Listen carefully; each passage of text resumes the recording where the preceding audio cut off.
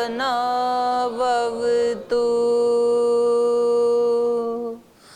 सहनौ भुनक्तु सह वीर्यं करवावहै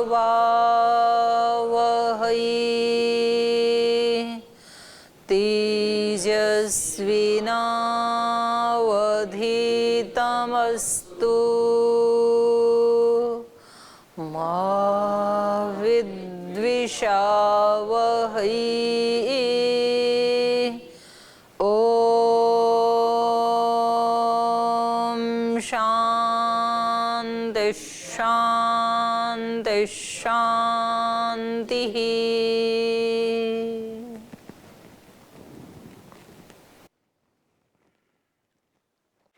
तो ये सृष्टि का प्रयोजन हम पढ़ रहे हैं दूसरे अध्याय में। सृष्टि भगवान ने क्यों बनाई? भोग और अपवर्ग की प्राप्ति के लिए। तो ये कह रहे हैं कि यदि भोग और अपवर्ग की प्राप्ति के लिए ही सर्ग की रचना करनी थी तो एक ही बार कर देते और एक ही बार सबको मुक्त करवा देते। बार बार सर्ग की रचना करना, सृष्टि रचना, फिर प्रलय करना, फिर रचना, कितना बड़ा काम है भाई, छोटा काम थोड़ी है ये।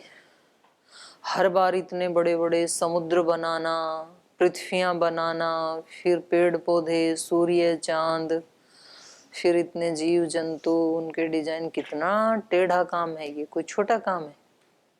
तो बार बार करने की क्या जरूरत है? अगर आपको पृथ्वी का भूगोल ठीक से पढ़ना है ना तो आपको कुछ पुराण भी पढ़ने चाहिए। हमने पुराणों को बिना पढ़े ही ना उनको बिल्कुल हेय बता दिया। पुराणों की जो शैली है ना वो अतिशयोक्तिपूर्ण, जैसे शैली होती है ना किसी किसी ग्रंथ की, जैसे एक साइंस की शैली है या मैथमेटिक्स की है या ज्योतिष शास्त्र की है, तो इनकी शैली कैसी है? ये टू द पॉइंट बात करते हैं।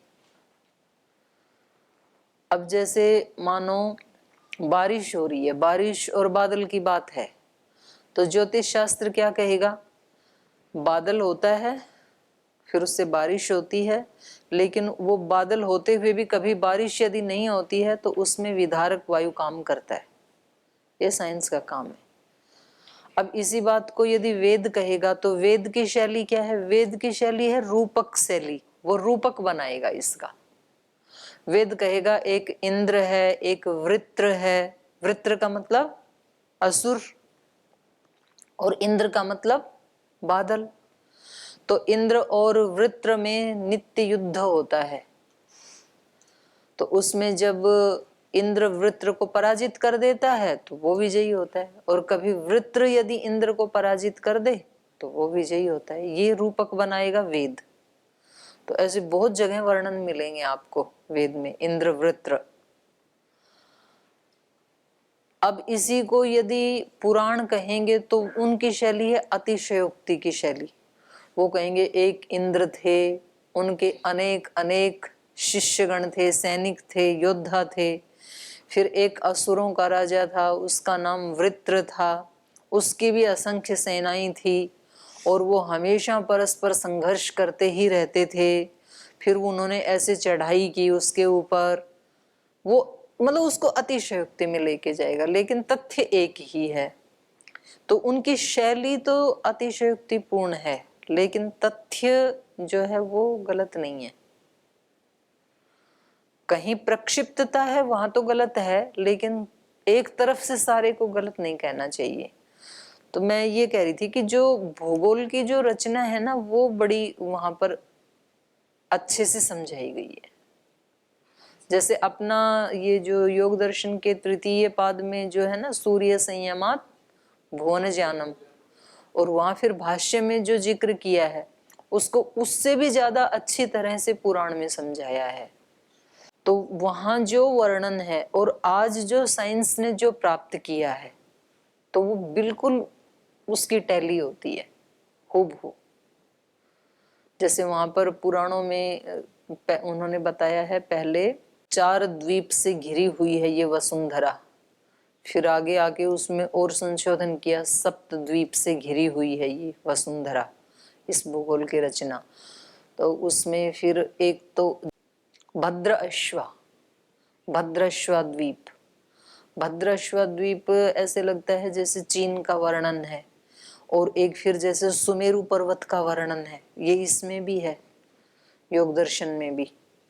सुमेरु पर्वत मतलब हिरण्यमय, उसी को कहा, उसी को वेद में कहा हिरण्यगर्भः, और उसी को फिर पुराण में एक जगह कहा ब्रह्मा की जो नाभि है वो इस संसार से स्वर्णमय तार से जुड़ा हुआ है। ब्रह्मा की नाभि से उत्पन्न होता हुआ दिखाते हैं ना संसार को, तो ब्रह्म का मतलब है वहां पर ईश्वर, और उससे ये संसार बना मतलब वो निमित्त कारण है ब्रह्म, और उसकी नाभि मतलब सेंटर में ब्रह्म है। और हिरण्यगर्भ कहा, और यहाँ पर उसको पुराण में उसको सुमेरु पर्वत कहा, कि ये जो पूरा का पूरा ब्रह्मांड है उसमें ऐसे समझ लो कि जैसे ये सृष्टि है या पृथ्वी है, सृष्टियों में भी, सृष्टि तो अनंत है, सृष्टि में जो पृथ्वी की रचना है उसमें सब देश आ गए, जितने भी इधर उधर जितने भी हैं वो सब आ गए। तो उसको यदि हम एक कमल के फूल की तरह से देखें, पंखुड़ियों की तरह सारी सृष्टि को, तो बीच में एक डंठल होता है जिसमें से सारी पंखुड़ियां निकलती हैं, तो वो जो डंठल है वो सुमेरु पर्वत है। तो वहां पर ये जो मंगोलिया और साइबेरिया, नहीं साइबेरिया और मंगोलिया का एक पार्ट है, तो वहां एक नील नदी है, जैसे हमारे यहाँ गंगा है, तो उसके स्रोत को खोजते खोजते खोजते साइंटिस्ट जहां पहुंचे, तो वहां पर ऐसे बताया है कि आर्यों की जो मूल उत्पत्ति हुई, जो आर्य सभ्यता का विकास हुआ, वो तिब्बत में नहीं बल्कि वहां हुआ, सुमेरु पर्वत में सृष्टि हुई सबसे पहले, वो बिल्कुल उससे है, अफ्रीका में है। और उस नील नदी का जो मूल स्रोत है, नदी नदी जाते जाओ, जैसे नदी तो गंगा तो पश्चिम बंगाल की खाड़ी में भी मिल जाएगी, कलकत्ता में भी, और उसके स्रोत तक जाएंगे तो वो मिलेगा उत्तराखंड में, हिमालय में फिर। हाँ, तो अफ्रीका में है नील नदी, उस नदी के स्रोत पर आप जाओगे तो वो वहां मिलेगा फिर आपको। और ये जो पर्वत है ये इधर मिलेगा, मंगोलिया साइबेरिया का, उसका भी पता नहीं दक्षिण भाग है या पश्चिम भाग है, ऐसे कुछ वहां पर, उसका भी पश्चिम या दक्षिण भाग है, और वो है ही ऐसा ही। तो वो ये मतलब ये कुछ तो खोजा है, कुछ तो अभी और भी खोजने योग्य है। तो वो जो भूगोल का जो वर्णन है ना वो पूरा साइंटिफिक है, वो सारा उसमें वर्णन किया, लेकिन वो अच्छा वर्णन है और इससे सम्मत है योग दर्शन से। और कुछ जगह वेद के अथर्व वेद में भी जैसे पुराण का वर्णन है, पुराण का जिक्र है, पुराण ये शब्द अष्टाध्यायी में भी है, पुराण कल्पेशु सूत्र क्या है याद है आपको,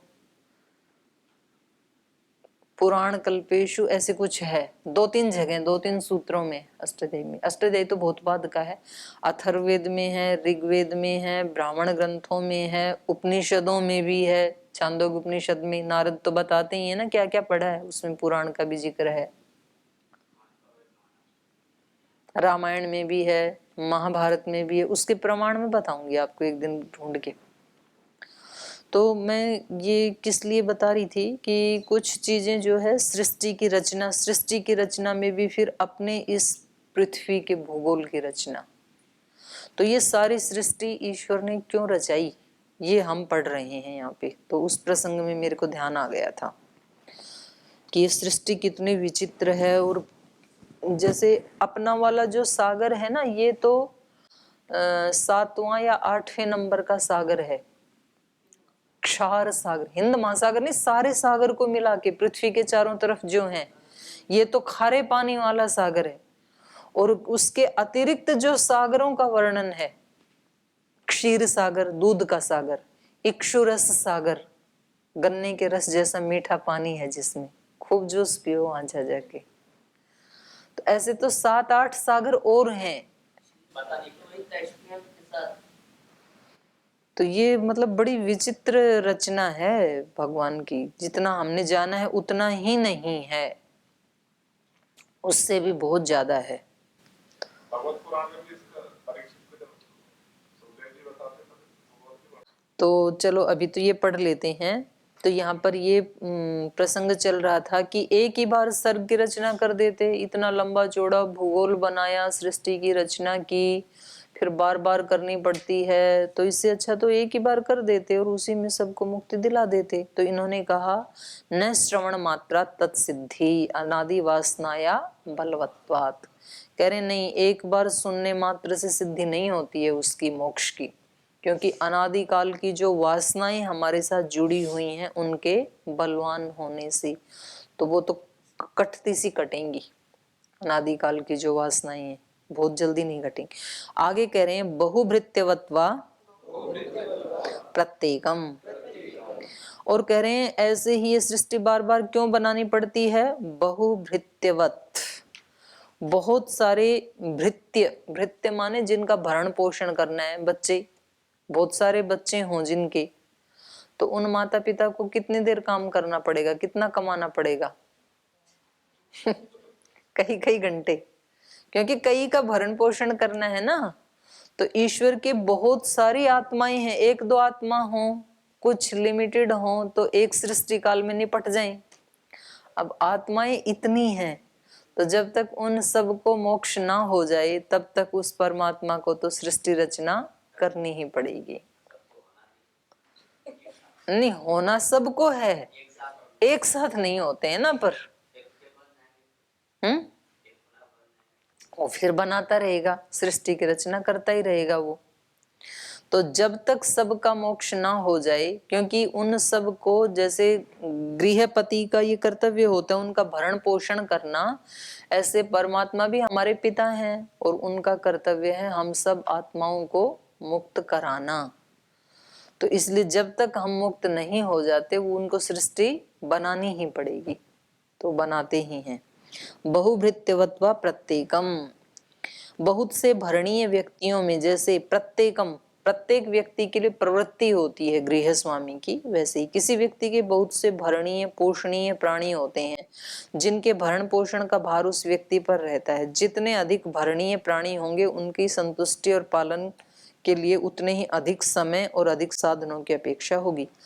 प्रकृति ने जिनका भरण पोषण करना है वे जीवात्माएं तो अनंत हैं, इसलिए उनके भरण पोषण का काल भी अनंत हो सकता है और आत्माओं का भरण पोषण उनका भोग और अपवर्ग है। जैसे कोई व्यक्ति अपने भरणीय आत्माओं की संतुष्टि तक बराबर प्रयत्नशील बना रहता है, ऐसे होता है ना, किसी के 2 ही बच्चे हैं तो बोल जी बस इनकी शादी हो जाए, इनको पढ़ा दें, फिर हमारी जिम्मेदारी खत्म। और किसी के हों 10-12, तो जब तक 12 के 12 की शादी ना हो, वो सेट ना हो जाए, तब तक उसको पुरुषार्थ करना पड़ेगा, क्योंकि वो उसकी जिम्मेदारी है। तो कह रहे हैं आत्माओं का भरण पोषण उनका भोग और अपवर्ग है। जैसे कोई व्यक्ति अपने भरणीय आत्माओं की संतुष्टि तक बराबर प्रयत्नशील बना रहता है, ऐसे ही अनंत आत्माओं में से प्रत्येक आत्मा के भोग और अपवर्ग की सिद्धि तक प्रधान अविरत रूप में प्रवृत्त रहता है। तो इस प्रकार सृष्टि प्रवाह को सीमित नहीं किया जा सकता, वह अनादि और अनंत होना चाहिए। प्रकृति की समस्त प्रवृत्ति का अधिष्ठाता व प्रेरयिता ईश्वर है, यह पहले निश्चय किया गया है। ईश्वर की प्रेरणा के बिना प्रकृति अचेतन होने से कुछ भी करने में असमर्थ रहती है। ऐसी स्थिति में ये क्यों ना मान लिया जाए कि आत्मा के भोग अपवर्ग की सिद्धि ईश्वर की प्रेरणा से हो जाती है, तो प्रकृति तो एक कल्पना मात्र है, ऐसा क्यों ना मान लें। तो इसलिए सूत्रकार कह रहे हैं इसके ऊपर प्रकृति वास्तविच पुरुषस्य अध्यास सिद्धि ही। कह रहे हैं प्रकृति कल्पना नहीं है, प्रकृति क्या है, वास्तविक, वास्तव में है। इसलिए कुछ लोग कह देते हैं कि अज्ञान का तो कोई अस्तित्व नहीं है, ऐसा नहीं है। अज्ञान का भी अस्तित्व है, ज्ञान की तरह ही, जैसे ज्ञान का अस्तित्व है ना। हमें चीजें ठीक ठीक दिखाई नहीं दे रही हैं तो इसका मतलब हमें उनका ज्ञान नहीं है, पर वो किसी न किसी रूप में तो दिखाई दे रही है ना, तो वो भी तो एक ज्ञान ही है ना। तो वो ज्ञान तो नहीं है, वो अज्ञान है, पर उसका भी अस्तित्व है। हम ये नहीं कहते, अभाव नहीं कह सकते उसको। तो ऐसे ही प्रकृति चेतन तो नहीं है, लेकिन ये कोई भ्रम नहीं है। जैसे संसार को बोलते हैं ना लोग कि संसार क्या है, एक भ्रम है, संसार तो एक सपना है, संसार तो असत्य है। ऐसा नहीं है, संसार भी सत्य है, लेकिन वो परिवर्तनशील है, लेकिन वो नष्ट होने वाला है। आत्मा भी सत्य है, शरीर भी सत्य है, लेकिन शरीर कैसा सत्य है, परिणामी सत्य है, इसमें परिणाम होते रहते हैं, नष्ट होने वाला सत्य है। नहीं तो अत्यंत यदि असत्य है तो फिर तो कोई प्रयोजन ही नहीं होगा सृष्टि बनाने का, शरीरों को बनाने का, इतना लंबा चौड़ा हिसाब किताब रखने का, संस्कार रख, कर्माशय, पुनर्जन्म, कर्म फल, कितनी बड़ी व्यवस्था है, कोई छोटी व्यवस्था थोड़ी है, कितना बड़ा मैनेजमेंट है ये ईश्वर का। तो ये सर्वथा असत्य नहीं है, इसका सत्य अलग है, चेतन का सत्य अलग है, वो कभी भी परिणमित नहीं होता है, ये तो हर पल परिणमित होती है। तो ये कह रहे हैं प्रकृति के वास्तविक होने से, प्रकृति के वास्तविक होने में ही पुरुषस्य अध्यास सिद्धि ही, पुरुष के अध्यास की सिद्धि है, माने उसके विपरीत ज्ञान की। पुरुष में दो प्रकार का ज्ञान है, एक तत्व ज्ञान, यथार्थ ज्ञान जो उसको पुरुषार्थ से मिलता है, और उसके पहले जो ज्ञान है वो क्या है, मिथ्या ज्ञान, अवास्तविक ज्ञान। तो ये किसके कारण है अवास्तविक ज्ञान, प्रकृति की वास्तविकता के कारण ही ये मिथ्या ज्ञान है। प्रकृति मतलब हम निकटस्थ देखें तो शरीर। तो हमारा जो ज्ञान है वो कैसा है, शरीर को आधार बना के हमारा ज्ञान है।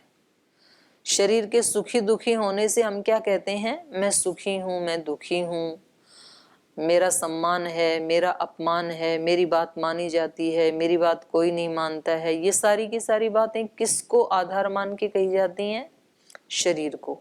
शरीर, मन, बुद्धि, इंद्रियां, इनको सत्य मान के कही जाती हैं ये बातें। तो इनकी यदि सत्ता ही ना हो, अवास्तविकता हो, तो फिर अज्ञान रहेगा कहाँ, अज्ञान इन्हीं के माध्यम से तो रहता है। तो यही कह रहे हैं प्रकृति वास्तवेच पुरुषस्य अध्यास सिद्धि ही, प्रकृति की वास्तविकता में ही पुरुष के अज्ञान की, विपरीत ज्ञान की वास्तविकता है, अस्तित्व है, वरना तो उसका विपरीत ज्ञान भी नहीं रहेगा। अध्यास मतलब विपरीत ज्ञान, अज्ञान, मिथ्या ज्ञान। सूत्र में च पद अवधारण अर्थ में प्रयुक्त हुआ है, प्रकृति को वास्तविक मानने पर ही पुरुष के अध्यास की सिद्धि हो सकती है। चेतन अपरिणामी आत्मा अविवेक के कारण प्रकृति के संपर्क में आकर अध्यास की स्थिति का निश्चय कराता है। चेतन में अचेतन और अचेतन में चेतन की प्रतीति का होना, यही क्या है, अध्यास, मिथ्या ज्ञान। यदि अचेतन प्रकृति कल्पना मात्र है, उसकी वास्तविक सत्ता कुछ भी नहीं, तो पुरुष की उपयुक्त अध्यास की स्थिति भी संभव नहीं हो सकती। क्योंकि जब अचेतन का अस्तित्व ही न होगा तो अचेतन में चेतन या चेतन में अचेतन की भावना की कल्पना नहीं की जा सकती। कल्पना तो तभी होगी ना जब कोई चीज होगी, परंतु पुरुष का अध्यास तो प्रत्यक्ष सिद्ध है, हम देखते ही हैं। हम अपने आत्मा के स्वरूप को नहीं देखते हैं, बल्कि हम अपने आप को शरीर के स्वरूप में ही देखते हैं। तो ये प्रत्यक्ष है ना सबका हमारा। इसलिए प्रकृति की वास्तविकता को स्वीकार करना अनिवार्य है। ईश्वर की प्रेरणा आत्मा के भोग अपवर्ग को जग निर्माण के बिना सिद्ध नहीं कर सकती। केवल ईश्वर की प्रेरणा जो है वो भोग अपवर्ग कब दिला सकती है, जब इस जगत का निर्माण हो। जगत का निर्माण नहीं हो तो ना भोग मिलेगा ना अपवर्ग मिलेगा। जगत का निर्माण केवल प्रेरणा से संभव नहीं, इसका विवेचन प्रथम अध्याय के 46वें सूत्र में, 46वां सूत्र क्या था, न कर्मण उपादानत्व योगात्, ये था। माने क्रिया किसी वस्तु का उपादान नहीं हो सकती है। तो ये केवल मात्र क्रिया नहीं बल्कि प्रकृति की क्या है, वास्तविकता है। तो फलतः आत्मा के क्रिया हो जाए ईश्वर की प्रेरणा से। तो क्रिया तो तब होगी ना जब क्रिया करने के लिए कुछ तो मटेरियल तो चाहिए। तो वो तो प्रकृति के ही विभिन्न जो मूर्त रूप हैं उन्हीं में क्रिया हो रही है। सूर्य में क्रिया है, चंद्र में क्रिया है, पृथ्वी में क्रिया है, मनुष्य में क्रिया, उसके शरीर में क्रिया है। तो उसके लिए प्रकृति की वास्तविकता तो चाहिए ना। तो फलतः आत्मा के भोग अपवर्ग की सिद्धि के लिए प्रकृति को वास्तविक मानना आवश्यक है। इसी अर्थ का निर्देश सूत्रकार प्रकारांतर से करते हैं, कार्यतस् तत्सिद्धेः। कह रहे हैं प्रकृति के परिणाम के द्वारा कार्यतः, उस कार्य से, कार्य मतलब प्रकृति के रूप में जो परिणाम हुआ महतत्व आदि, तत्सिद्धे भोग अपवर्ग की सिद्धि होने से, परिणाम के द्वारा ही भोग अपवर्ग की सिद्धि होती है। तो ये हम प्रत्यक्ष ही देखते हैं ना, किसी भी आत्मा को भोग या अपवर्ग की सिद्धि कब होगी, जब उसको शरीर मिले, मन मिले, बुद्धि मिले, इंद्रियां मिले, तभी तो भोग कर सकता है और इन्हीं को साधन बना के अपवर्ग को प्राप्त कर सकता है। दोनों ही ना मिले, स्थूल शरीर भी ना मिले, सूक्ष्म शरीर भी ना हो, तो तब आत्मा कुछ प्राप्त कर सकता है क्या? तब नहीं कर सकता है। प्रकृति के कार्य रूप में परिणत होने पर आत्मा के भोग अपवर्ग की सिद्धि होने से प्रकृति की वास्तविकता और प्रयोजनवत्ता स्पष्ट होती है। वास्तविकता भी है और उसका प्रयोजन भी है, ऐसे ही नहीं बिना प्रयोजन के बना दी। तो कुछ लोग ऐसे बोल देते हैं कि भगवान ने सृष्टि बनाई ही क्यों, मतलब भगवान ने ये सृष्टि बना के हमें दुखों में डाल दिया, ना वो सृष्टि बनाता और ना हम अज्ञान से युक्त होते। तो ऐसे बोलते हैं ना, तो ऐसे ही बना दी हमारे को परेशान करने के लिए। ना सृष्टि बनती, ना ऋषि पैदा होते, ना उनके शरीर होते, ना वो ये ग्रंथ लिखते और ना हमें पढ़ना पड़ता। वो नहीं होते तो आप कहाँ होते फिर? आप भी तो नहीं होते। हमें ऐसे लगता है कि अगर वो नहीं होते हम तो होते, लेकिन और हमारे सामने ये गुरुकुल भी ऐसा ही होता, खाना भी ऐसा ही होता, बस पढ़ाई पढ़ाई नहीं होती, ऐसे हम बोल देते हैं। तो प्रकृति के कार्य रूप में परिणत होने पर आत्मा के भोग अपवर्ग की सिद्धि होने से प्रकृति की वास्तविकता और प्रयोजनवत्ता स्पष्ट होती है। प्रकृति यदि आत्मा के भोग अपवर्ग को संपन्न नहीं करती तो उसके कार्य रूप में परिणत होने का और कोई प्रयोजन ही नहीं है। वह कार्य रूप में परिणत हो रही है तो यह निश्चित है कि वह आत्मा के भोग अपवर्ग को संपन्न करे। यह निर्धारण होने पर कि प्रकृति आत्मा के भोग अपवर्ग के लिए है, उसकी वास्तविकता से नकार नहीं किया जा सकता, माने उसके अस्तित्व को नकारा नहीं जा सकता, प्रकृति के अस्तित्व को। तो इस प्रकार उसकी वस्तु सत्ता और उसका प्रयोजन दोनों का स्पष्टीकरण हो जाता है। ये कह रहे हैं यदि प्रकृति आत्मा के भोग अपवर्ग के लिए है तो प्रत्येक का भोग और प्रत्येक का अपवर्ग होना चाहिए। फिर तो जब है ही उसी काम के लिए तो फिर तो सबका ही भोग अपवर्ग होना चाहिए।